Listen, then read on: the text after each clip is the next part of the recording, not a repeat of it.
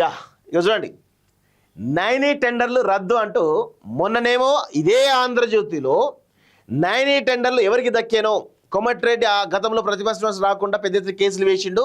So Komatireddy వాళ్ళ company తన యొక్క సొంత కంపెనీకి సుషి హైటెక్ కంపెనీకి ఏ కంపెనీకి కావాలని పట్టుబడితే బట్టి అదేవిధంగా ఇటు నరేంద్ర చౌదరి ఇద్దరు కలిసి కూడా ఆ టెండర్ బ్లాక్లు మాకు కావాలని చెప్పేసి కొంత ప్రయత్నాలు జరిగినట్టులో ఇద్దరి మధ్యలో పచ్చగడ్డి వేస్తే బగ్గునే రీతిలో ఈరోజు ఎన్టీవీలో ఒక కథనం రావడం, దానిలో బట్టి సైలెంట్గా ఉండడం, ఆ తర్వాత కోమటిరెడ్డి ఒక ఐఏఎస్ ఆఫీసర్ మధ్య లింక్ పెట్టి కథనం రావడంతో ఈరోజు తెలంగాణలో మరి బ్యూరోక్రాట్స్ అందరూ కూడా ఏకమై ఈరోజు అమాయకమైనటువంటి జర్నలిస్టులను, దట్టు బడుగు బలహీన వర్గాలకు సంబంధించిన జర్నలిస్టులు ఎవరైతే ఉన్నారో దొంతు రమేష్ను, అదేవిధంగా ఇటు పరిపూర్ణాచారిని, అదేవిధంగా అటు సుధీర్ని ముగ్గురు కూడా అరెస్ట్ చేయడం జరిగింది.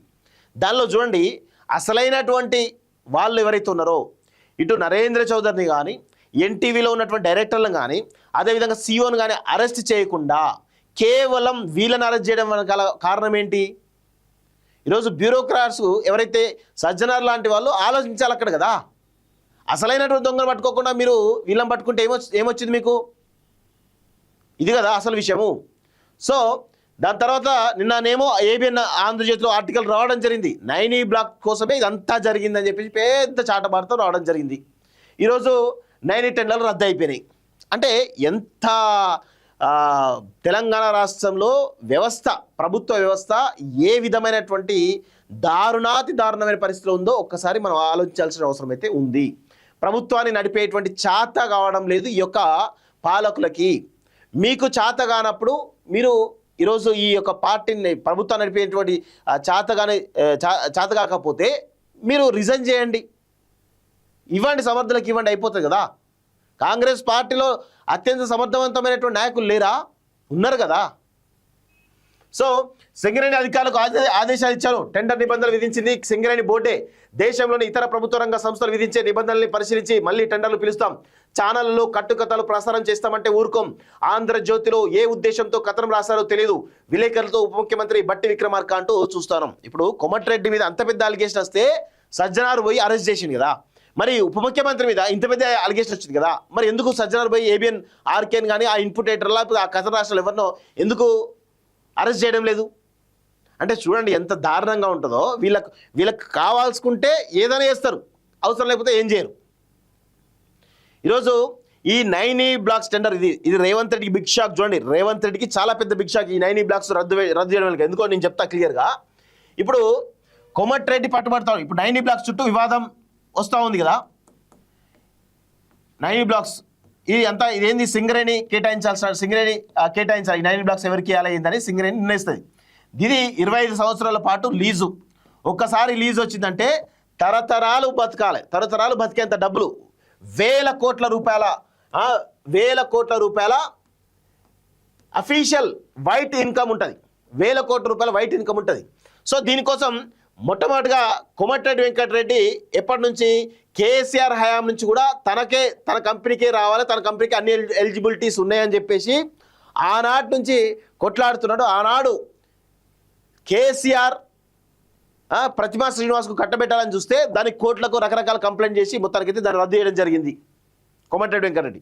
ఇప్పుడు ఈ ప్రభుత్వం వచ్చిన తర్వాత కోమటిరెడ్డి వెంకటరెడ్డి అదేవిధంగా డిప్యూటీ సీఎం వీళ్ళిద్దరు కూడా ట్రై చేస్తున్నారు. ఇప్పుడు డిప్యూటీ సీఎం కూడా ఎవరి త్రూ నరేంద్ర చౌదరి త్రూ పెద్ద ఎత్తున ట్రై చేస్తున్నారు. ఎందుకంటే ఒక్కసారి కాంట్రాక్ట్ వచ్చిందంటే చాలండి, లైఫ్ లాంగ్ తరతరాలు బతికేంత డబ్బులు సంపాదించుకోవచ్చు, ఎక్కడ కూడా కుదవ ఉండదు. సో అందుకే దీనికోసం చాలా పెద్ద ఎత్తున పట్టుబడుతూ ఉన్నారు ఈ నైనీ బ్లాక్ కోసం. సో ఇప్పుడు కోమటిరెడ్డికి ఎక్కడ వస్తుంది, కోమటిరెడ్డి ఎక్కడ ఇబ్బందులు పెడుతున్నారు అని చెప్పేసి డిప్యూటీ సీఎమా లేకపోతే ఎన్టీవీ మొత్తానికైతే ఈ కోమటిరెడ్డి వెంకటరెడ్డికి సంబంధించినటువంటి ఒక వార్తా కథనం అసత్యమా లేకపోతే సత్యమా పక్కన పెడితే ఒక చాలా పెద్ద అలిగేషన్ చేస్తూ ఈ ఎన్టీవీలో ప్రసారం చేయడం జరిగింది. సో దాంతో మనస్తాపం చెందినటువంటి కోమటిరెడ్డి ప్రెస్ మీట్ పెట్టి నాకు ఇంత విషమిచ్చి చంపేయండి అని చెప్పేసి ఆయన ఒక ఏ రకంగా ఇబ్బందికరమైన ప్రెస్ మీట్ మనం చూసినాం. సో ఇప్పుడు కోమటిరెడ్డి టార్గెట్ అయిపోయింది, కోమటిరెడ్డి పక్కన తప్పుకున్నాడా అనేటువంటి అనుమానాలు కూడా ఉన్నాయి. ఇక డిప్యూటీ సీఎం ఉన్నాడు. ఇక ఎవరికి రావాలి ఇప్పుడు కాంట్రాక్టు? ఎన్టీవీ చౌదరికును డిప్యూటీ సీఎంకి రావాలి. ఇప్పుడు రేవంత్ రెడ్డి వదులుతాడా ఇంత పెద్ద ప్రాజెక్ట్ని? అందుకే ఏం చేసిండు ఈ కథనంలో మొత్తంగా డిప్యూటీ సీఎంని ఇన్వాల్వ్ చేసేసి ఈయన కూడా ఇబ్బందికరంగా ప్రయత్నం చేసి రేవంత్ రెడ్డి తన అనుయాయులకి ఇప్పించుకునే ప్రయత్నం చేస్తున్నట అనేటువంటి అనుమానాలు కూడా చాలా బలంగా ఉన్నాయి. ఇప్పుడు ఈ 9 బ్లాక్స్ సింగరేణి అంతా ఎవరి కంట్రోల్లో ఉంటుంది? డిప్యూటీ సీఎం కంట్రోల్లో ఉంటుంది. ఇప్పుడు ఆయన తెలివి ఏం చేసిండు? కోమటిరెడ్డికి దక్కకుండా చేసిన, నాకు దక్కకుండా రేవంత్ రెడ్డి చేసిండు. ఇప్పుడు ఏం చేయాలి? నేను ఇది ఎవరికి దక్కకుండా అని చెప్పేసి ఈ 9 బ్లాక్స్ టెండర్ మొత్తాన్ని కూడా రద్దు చేయడం జరిగింది. అంటే రేవంత్ రెడ్డి నోట్లో వెలక్కాయ పడ్డట్టే కనబడుతోంది. సో ఇది జరుగుతున్నటువంటి పరిణామాలు. అర్థమైంది కదా సిచ్యువేషన్ ఏందని? అంటే నాకు తెలిసి ఇటు ఎన్టీవీ వర్సెస్ ఏబిఎన్ ఈ ఫైట్లో ఎన్టీవీ వైపు డిప్యూటీ సీఎం ఉంటే రేవంత్ రెడ్డి ఏమో ఏబిఎన్ వైపు ఉన్నాడు. కోమటిరెడ్డి వెంకటరెడ్డి ఏం జరుగుతుందో ఆయనకు అర్థం కాని పరిస్థితి. మొత్తానికైతే ఓవరాల్ సినారియోలో అందరూ కొంప ముంచుకున్నారు. ఎవరికి దక్కలేదు ఈ టెండర్. ఇది ఇప్పట్లో ఎవరికి కూడా దక్కదనేది చాలా స్పష్టంగా అర్థమవుతుంది. ఇప్పట్లో టెండర్లు పిలవరు. ఇది జరిగినటువంటి సిచ్యువేషన్. సో ఒకసారి దీని గురించి ఇంకా కొంత డీటెయిల్గా మనం మాట్లాడేటువంటి ప్రయత్నం అయితే చేద్దాం.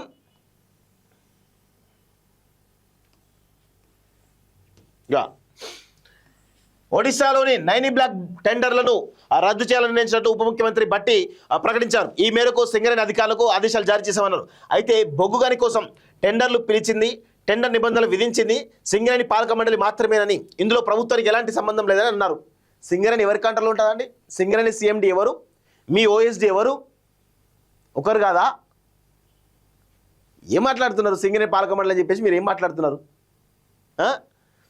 సో ఇందులో ప్రభుత్వానికి ఎలాంటి సంబంధం లేదని అన్నారు. దేశంలోని ఇతర ప్రభుత్వ రంగ సంస్థలు బొగ్గు బ్లాక్ల కోసం ఏ నిబంధనలు విధించాయో అధ్యయనం చేసి తిరిగి టెండర్లు పిలవాలని నిర్ణయించినట్టు తెలిపారు. అంటే ఈ పాలక మండలికి, సింగరేణి పాలక మండలికి తెలియదా ఎలాంటి టెండర్లు వేయాలి, ఎట్లు ఇవ్వాలి, రూల్ బుక్ లేదా?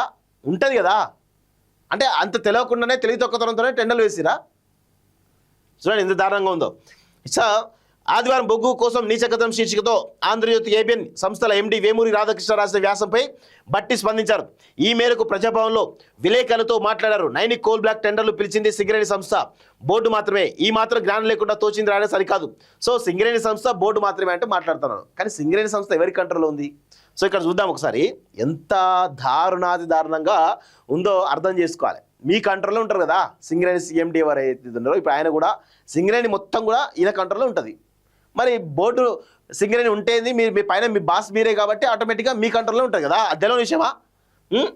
సో టెండర్లో సైట్ విజిట్ నిబంధన పెట్టారని రాశారు. ఆ ప్రాంతం క్లిష్టతరమైన పరిస్థితిలో ఉన్నందున స్థలాన్ని పరిశీలించి టెండర్లు వేయాలనేది నిబంధన. చాలా సంస్థలు ఈ నిబంధనలు ఉన్నాయి అని విక్రమార్క అన్నారు. తాను వ్యాపార సామ్రాజ్యాన్ని విస్తరించుకోవడానికో అధికార హోదాను అనుభవించడానికో రాజకీయాల్లోకి రాలేదని, ప్రజాసేవ చేయడానికి, సమాజంలో మార్పు తేవాలన్న ప్రత్యేక లక్ష్యంతో వచ్చారని తెలిపారు. దారి దోపిడీదారులు, బందిపోట్ల నుంచి తెలంగాణ ఆస్తులు వనరులు రక్షించి వాటిని ప్రజలకు అందజేయడం కోసం రాజకీయాల్లోకి వచ్చారన్నారు. నీచ నికృష్టపు రాజకీయాల కోసం దిగజారిపోయే వీక్ క్యారెక్టర్ తనది కాదన్నారు అంటూ చూస్తున్నాం. సో దాదాపు ఒక 6 నెలల నుండి డిప్యూటీ సీఎం బట్టి విక్రమార్క చాలా ఇబ్బందికరమైనటువంటి రాజకీయ పరిస్థితుల్లో కనబడ్డాడు. ఎందుకంటే ఆయన పైన ఇది ఒక్కటే కాదు, గతంలో ఏసీబీ రైట్స్ అయినటువంటి ఒక వాదన కూడా చాలా బలంగా రాజకీయ వర్గాల్లో వినిపిస్తూ ఉంది. జర్నలిస్ట్ వర్గాల్లో కూడా మాకు కొన్ని 2-3 సోర్సెస్ కూడా రావడం జరిగింది. సో తెలంగాణ ప్రజలు మభ్యపెట్టడానికి కట్టుకథ పిట్టకథను అల్లి తెలంగాణ ప్రజలు మభ్యపెట్టడానికి కథనం రాశారని డిప్యూటీ సీఎం బట్టి విక్రమార్క ఆరోపించారు. ఎవరైనా నిజాయితీగా ఉండడమే కాదని నిజాయితీగా కనిపించాలని వ్యాఖ్యానించారు.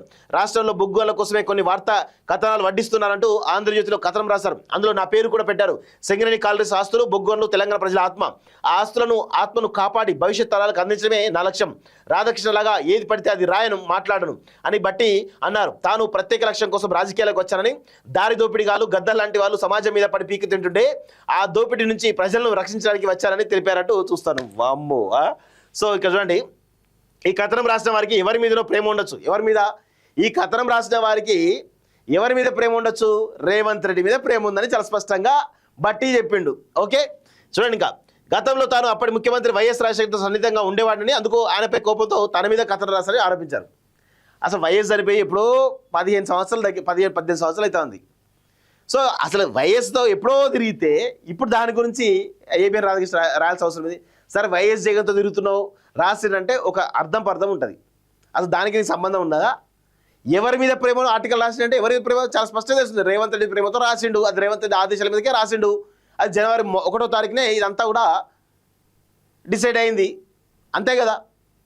స్పెషల్గా రేవంత్ రెడ్డి ఒక సీఎం హోదాలో ఒక ఛానల్ ఎండి దగ్గరికి పోయి ఆయనకు పుష్పగుచ్చం ఇచ్చి విషయం చెప్పిండంటే వెనకాల ఏం కోణం ఉంటుంది అంటే జనవరి 1వ తారీఖు కలుస్తారు, జనవరి 8వ తారీఖు ఎన్టీవీలో ప్రసారం అవుతుంది, ఆ తర్వాత జనవరి పండుగ పూట జర్నలిస్టులు అరెస్ట్ చేస్తారు, దాని తర్వాత 2 రోజులకు ఏబిఎన్ ఆంధ్రజ్యోతిలో ఆర్టికల్ వస్తుంది, ఆ తర్వాత డిప్యూటీ సీఎం ఇబ్బంది పడతాడు. అంటే ఎవరినో ఏదో రాజకీయంగా ఏదో పెద్ద ఎత్తున జరుగుతూ ఉందండి తెలంగాణలో. ఇది అంత ఆషామాషి విషయం అయితే కాదు, ఆషామాషి విషయం అసలే కాదు, అది గుర్తుపెట్టుకోండి.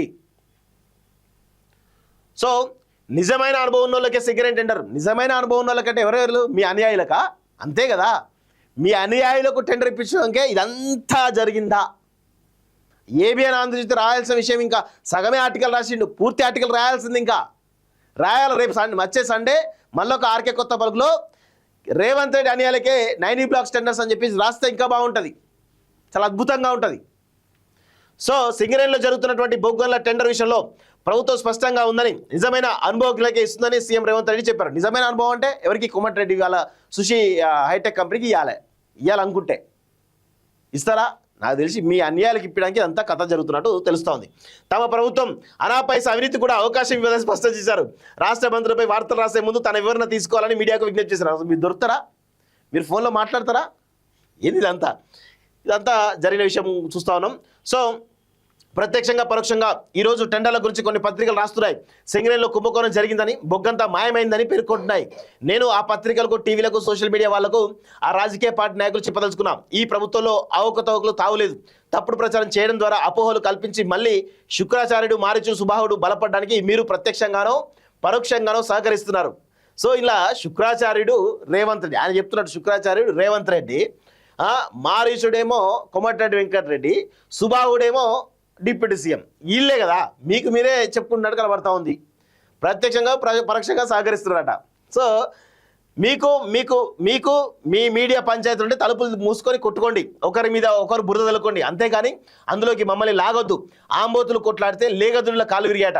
ఇద్దరు మీడియా యజమానులు కొట్లాడుకోండి, కానీ మా మంత్రులు బదనాం చేసే కార్యక్రమం తీసుకోకండి. ఒకసారి ఆలోచన చేసి వాస్తవాలు తెలుసుకోండి. ముఖ్యమంత్రిగా 365 రోజులు ప్రజలకు అందుబాటులో ఉన్న, మీడియాకు కావాల్సిన వివరణ ఇవ్వడానికి సిద్ధంగా ఉన్నా.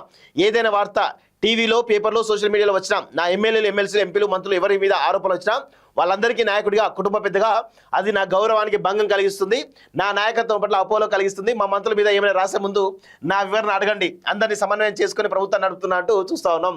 సో తుమ్మల్ లాంటి వాళ్ళ అనుభవాన్ని తీసుకొని ఈరోజు ప్రభుత్వాన్ని నడుపుతున్నాం. 24 గంటలు పనిచేయాలంటే, సమ్మక్క సారలమ్మ గుడిని 100 రోజుల్లో పూర్తి చేయాలంటే ఆ బాధ్యతను పొంగులేటికి ఇచ్చాం.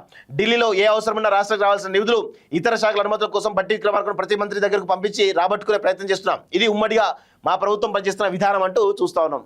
సో చేసినంత పెంట చేసి నాకేం తెలియనట్టుగా శుద్ధపూస లెక్క బిహేవ్ చేస్తున్నాడు రేవంత్ రెడ్డి.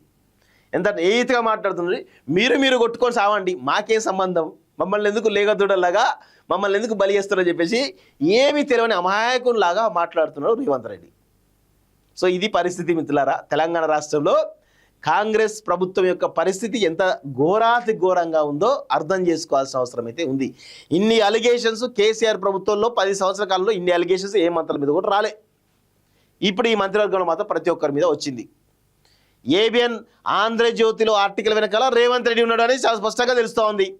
ఇక దాన్ని మళ్ళీ బయట ఆయన పేరు బయటకు వస్తూ ఉంది కాబట్టి, ఆయన బదనమవుతుంది కాబట్టి ఇప్పుడు నాకు సంబంధం లేదు, మీరు కొట్టుకోండి అని అంటున్నాడు.